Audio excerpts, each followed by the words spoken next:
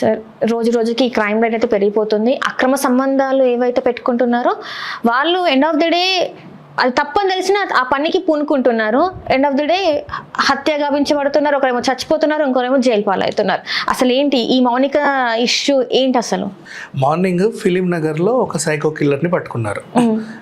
వాడి డ్యూటీ ఏంటంటే వాడు సైకో వృద్ధులను మాత్రమే టార్గెట్ చేసుకొని చంపుకుంటూ వస్తున్నాడు. మేబీ వాళ్ళ బంగారం ఎత్తుకెళ్తున్నాడు, ఏంటో మరి వాడి మోటివ్ ఏంటో. రెగ్యులర్ కిల్లర్ వాడికి తగ్గట్టు ఆనవాళ్ళు లేకుండా జాగ్రత్త పడడం సినిమాలలో చూస్తాం కదా.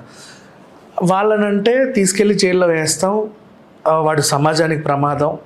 ఓకే, రెగ్యులర్గా ఇప్పుడు బయట జరిగే క్రిమినల్స్ ఈ సైకో కిల్లర్లను మించిపోతున్నారు తెలివిలో కూడా. మనం 100 సార్లు మాట్లాడుకున్నాం ఇట్లాంటి సిచ్యువేషన్స్. అలానే వాళ్ళు రెగ్యులర్ క్రిమినల్స్ కాదు, అనుకోని సంఘటన, అన్ఎక్స్పెక్టెడ్ ఘర్షణ కాస్త గొడవ నుంచి బూతుల నుంచి అనుకోవడం, తర్వాత ఏది ఉంటే దాంతో పొడుచుకోవడం. వాళ్ళు చనిపోయిన తర్వాత బతుకున్న క్యాండిడేట్ ఆ చనిపోయిన దాన్ని ఎక్కడ దాచాలో ఏం చేయాలో తెలియక సతమతం అవ్వడం, తెలివితేటలు పెంచుకోవడం, ముక్కలు చేయడం, అక్కడో పాటు కాల్ చేయడం, డిఫరెంట్గా. అండ్ మిస్ అయిన మనిషి ఎట్లన్నా మనకు రోజు కనబడే ఒక మనిషి 4 రోజుల నుంచి కనబడట్లేదు అంటే ఎలాగైనా కేసు పోలీస్ స్టేషన్కి వెళ్తుంది, వాళ్ళు ఛేదించుకుంటారు, ఫోన్ డీటెయిల్స్ అవి ఇవన్నీ తీసుకుంటారు. ఈలోపు జరిగిపోతుంది. సో ఇక్కడ జరిగిన సిచ్యువేషన్ ఏంటంటే గాజువాకకి చెందిన రవీంద్ర అనే ఆయన నేవీ ఆఫీసర్, అంటే అక్కడ ఒక జాబ్ చేస్తాడు నేవల్ ఫోర్స్లో జాబ్ చేస్తున్నాడు. అంటే వాడికి ఉన్న సౌలభ్యం ఏంటి? ఏదన్నా మూటని సముద్రం మధ్యలోకి తీసుకెళ్ళి ఏడన్నా వేయొచ్చు, కానీ అంత ఈజీ కాదు. నువ్వు మూటలు పట్టుకొస్తా, షిప్ ఎక్కి చేడుకో పట్టుకెళ్తా అంటే అంత కుదరదు. అది బార్డర్ కాబట్టి చాలా రకాల సమస్యలు ఉంటాయి. కాకపోతే మరి ఏం తెలివి ఉపయోగించాడో, ఈయనకి ఒక ఆవిడతో పరిచయం అయింది. ఆవిడ ఆల్రెడీ వివాహితురాలే, ఏదో పెళ్లి చేసుకుంది. పాపం గంపెడు ఆశలు, బాగా డబ్బులు కావాలి, గోల్డ్ కొనుక్కోవాలి, ఎటన్నా మంచిగా తిరగాలి, టూర్స్కి వెళ్ళాలి, కాస్ట్లీ చీరలు కొనుక్కోవాలి, ఇంతింత లావు పట్టీలు వేసుకోవాలి, ఇలాంటి కోరికలు ఉన్న ఒక ఆవిడ. ఆ కోరికలు తీర్చలేని మొగుడిని పెళ్లి చేసుకుంది. అక్కడ అన్ఎక్స్పెక్టెడ్గా ఒక గవర్నమెంట్ ఆఫీసర్ అనే ఆయన పరిచయం అయ్యాడు. 35 ఏళ్ళు, ఈవిడ 29. ఒడ్డు పొడుగు బాగానే ఉన్నాడు, నేవల్ వాళ్ళు బాగానే ఉంటారు కదా, ఒడ్డు పొడుగు బాగానే ఉన్నాడు. ఆయన కూడా పల్లిగిలు ఇచ్చిన వేసరికి కనెక్ట్ అయ్యింది. ఎందుకు కనెక్ట్ అయిందంటే అది గవర్నమెంట్ జాబ్ అవడం. ఏదో రకంగా అతనితో రిలేషన్ పెట్టుకుంటే బాగా డబ్బులు వస్తాయి, వాళ్ళకి నేవీలో లక్షల జీతాలు ఇస్తారని మేబీ అనుకుని ఉండొచ్చు, లేదా వాడు కూడా అలాగే ట్రాప్ చేసి ఉండొచ్చు. ఇలా కూడా ట్రాప్ చేస్తారు కదా. ఎంత నీ సాలరీ నాకు అని చెప్పేస్తారు. వాడికి వచ్చేది 60 అయినా సరే 6 లక్షలు చెప్పి చూడరా, ఇది మొన్నే స్విట్జర్లాండ్ నుంచి నా ఫ్రెండ్ అలా ఇసిరేస్తే ఇలా వచ్చింది, ఇవన్నీ చెప్తారు. మా ఆవిడకి ఇవి కొన్నాను, అది కొన్నాను. ఈమె టెంప్ట్ అవుతూ ఉంటుంది, నాకు కూడా ఏమి కొనిస్తాడేమో, అలాంటో ఏంటంటే. అంటే వాళ్ళ ఆవిడ కంటే నన్ను ఎక్కువ ప్రేమిస్తున్నాడు. మరి చెప్పాడు, మా ఆవిడ ఎప్పుడు జుట్టుకు ఇట్లా ఉంటుంది, నువ్వు ఎంత బాగుంటావో. అనవసరంగా నిన్ను వాడికి ఇచ్చి చేశారు కానీ నేనైతే నేను పువ్వులో పెట్టి చూసుకునేది, అనవసరంగా నన్ను దానికి ఇచ్చి చేశారు కానీ నేనైతే నిన్ను పువ్వులో పెట్టి చూసుకునేవాడిని. ఇట్లాంటి మాటలన్నీ చెప్పేసరికి వీళ్ళకి ఆశలు ఎలా పుడతాయంటే, ఆమె పెళ్లి చేసుకుంది కాబట్టి, కట్నం తెచ్చింది కాబట్టి దానికి మనం ఏదో ఇంత బంగారం కొన్నారు, ఈయన ప్రేమంతా నాకే, ఈయన ఆస్తంతా నాకే, ఈయనకున్న బంగారం అంతా నాకే అని ఆశ పడతారు.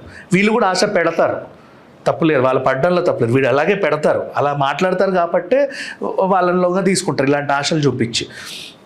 నెక్స్ట్ నమ్మింది, తరచూ ఫోన్ చేసి అది కొని ఇది కొని అని అడిగేది. వీటి దగ్గర మరి కొనడానికి లేవో, లేకపోతే ఇవ్వడం ఇష్టం లేక పిసినారో తెలియదు, ఏమి ఇవ్వట్లా. ఒక్కసారి ఇట్లా కాదు, దగ్గరుండి ప్యాంపర్ చేస్తేనే డబ్బులు వస్తాయి, ఫోన్లలో చేస్తే ఇవ్వరు, వీళ్ళందరూ ఇంతే అని అనుకునే వాళ్ళు ఏం చేస్తారంటే పిలవగానే నమ్మేసి వెళ్ళిపోతారు. ఇంకా వెళ్ళిన తర్వాత వచ్చినప్పుడు బాగానే ఉంది, సఖ్యతగానే ఉంది, అన్నీ మాట్లాడుకున్నారు. సడన్గా మళ్ళీ టాపిక్ వచ్చింది, అట్లా కాదు నేను ఆయన వదిలేస్తాను, నువ్వు కూడా ఆవిడని వదిలేసి మనం పెళ్లి చేసుకుందాం అంటే ఆమెను వదిలేసి అంటే డైవర్స్ పరంగా ఆమె ఎంత తెచ్చిందో ఆమెకి ఇచ్చేస్తావు, ఒక అండర్స్టాండింగ్లో అది వెళ్ళిపోతుంది. ఈయనతో విడాకులు అంటే ఈమెకే వస్తాయి తెలివితేటలు ఉపయోగిస్తే. అట్లా మళ్ళీ మన ఇద్దరం కలిసి ఉంటే ఈ నేవల్ ఫోర్స్ ఆయనకి ఉద్యోగం ఉంటుంది, రిటైర్ అయినాక డబ్బులు వస్తాయి, మళ్ళీ ఇంకేదో ఉంటుంది, అక్కడో ఇక్కడో ఇంత స్థలాలు ఉంటాయి, ఎంతో కొంత ఆస్తి ఉండకపోవచ్చు అని చెప్పి నాకు వస్తాయని ఆశపడింది. ఈయనను కూడా ఆశ పెట్టే ఉంటాడు, మేబీ చెప్పడు కదా, ఆశ పెట్టుంటేనే పడి ఉంటుంది. అడిగింది, నాకు అది కావాలి ఇది కావాలి. ఎప్పుడు డబ్బులు అడుగుతావు, అవును మరి నువ్వేదో ఇస్తావని ఆశపడే నేను వస్తున్నాను నీ దగ్గరికి, నువ్వేమో నీ అవసరాలన్నీ తీర్చుకుంటున్నావు కానీ నాకేమి ఇవ్వట్లా. ఆ ప్రాబ్లం ఆమెది. నిలదీసింది, ఇది కోపం వచ్చింది, కత్తితో పొడిచేసాడు, ఇష్టం ఉన్నట్టు చంపేశాడు. అంటే నేను నిలదీయొద్దు, నువ్వు వాడుకోవడానికి ఒక సరుకు కావాలి కానీ ఆమె నిన్నేమీ అడగకూడదు కనీసం అనేసరికి ఇక చంపిన తర్వాత ఏం చేయాలి, చంపేసా మొత్తానికి, కోపం తీరింది. మరి సిచ్యువేషన్ నుంచి ఎలా బయటపడాలి? ఇప్పుడు టెన్షన్ మొదలైంది, కోపం తీరింది, తనివి తీరా టెన్షన్ మొదలైంది. ఈ టెన్షన్కి ఏం చేశాడు, అమ్మో ఎలా నరికాడో ఏంటో తెలియదు, ముక్కలు చేసాడు. కవర్లు తీసుకెళ్ళి కొన్ని పాటలని ఫ్రిడ్జ్లో పెట్టేసి కవర్లు తీసుకెళ్ళి అక్కడెక్కడికి వెళ్ళి కాల్చేసాడు మొత్తం.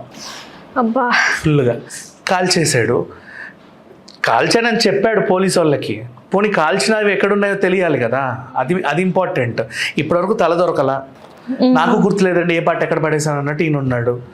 సముద్రంలో పడేసావా, ఇంకేమన్నా చేసావా, ఎక్కడో దగ్గర తీసుకెళ్ళైతే కాల్చేసాడు. నేను ఇప్పుడు సముద్రంలో నిర్మానుష్య ప్రదేశాలు ఉంటాయి కొన్ని ప్లేసెస్, అక్కడికి వెళ్ళేసి ఏదో ఒకటి తగిలిపెడతాడు. రాత్రిపూట ఏదో క్యాంప్ ఫైర్ వేసుకున్నాను అనుకుంటున్నాను, దాంట్లో నువ్వు కాల్చేవి ఎవరికి తెలుసు. అక్కడ నుంచి దాన్ని తీసుకెళ్ళి సముద్రంలో కలిపేస్తారు. అట్లాంటి వాళ్ళు కూడా ఉంటారు. అంటే ఆ టైంకి వాళ్ళకి వచ్చే ఆలోచనలు అవి, సముద్రం పక్కనే ఉన్నాం కదా అని. ఏదో మొత్తానికి చేశాడు, పోలీసులకి దొరికేశాడు. వాళ్ళ ఇంటికి వచ్చి చూస్తే ఫ్రిడ్జ్లో కొన్ని పాటలు ఉన్నాయి, ఏవేవో రకరకాల పాటలు ఉన్నాయి.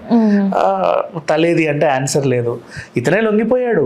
ఇప్పుడు మరి మాట్లాడేవాళ్ళు కదా, అమ్మో ఆడవాళ్ళు ఏంది ఇట్లా మొగల్ని చంపుతున్నారు అని చెప్పేసి. మరి ఇప్పుడు మగవాళ్ళు ఆడవాళ్ళని మరి ఇప్పుడు ఎవరు మాట్లాడట్లేదు కదా దీని గురించి. మాట్లాడే వాళ్ళు ఉంటారు. ఏముంటుంది మా, ఇప్పుడు అమీర్పేట దగ్గర పానీపూరి దగ్గర బండి దగ్గర కూడా పల్లికి ఇస్తే బండికి కూర్చుంటున్నారు.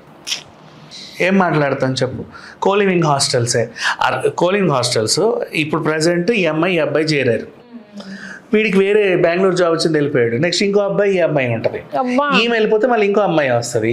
ఎవరితో ఉంటున్నారో, ఏ రూమ్లో ఉంటున్నారో, ఎందుకు ఉంటున్నారో కూడా తెలియకుండా హాస్టల్స్ ఉన్నాయి. అట్లాంటివన్నీ ఉన్నాయి. ఏం చేస్తావు, లైట్ తీసుకో. వీటి గురించి మనం ఎంత తక్కువ మాట్లాడుకుంటాం. అదే ఇది ఆపాలి అంటే దీనికి ఒక ఎండ్ కార్డు పడేలాగా లేదు. ఇది బిఫోర్ వెడ్డింగ్ అని చెప్పొచ్చు, ఆఫ్టర్ వెడ్డింగ్ అయినా సరే ఈ అక్రమ సంబంధాలు అయితే ఆగట్లా. రైట్ అండి, థ్యాంక్ యూ సో మచ్.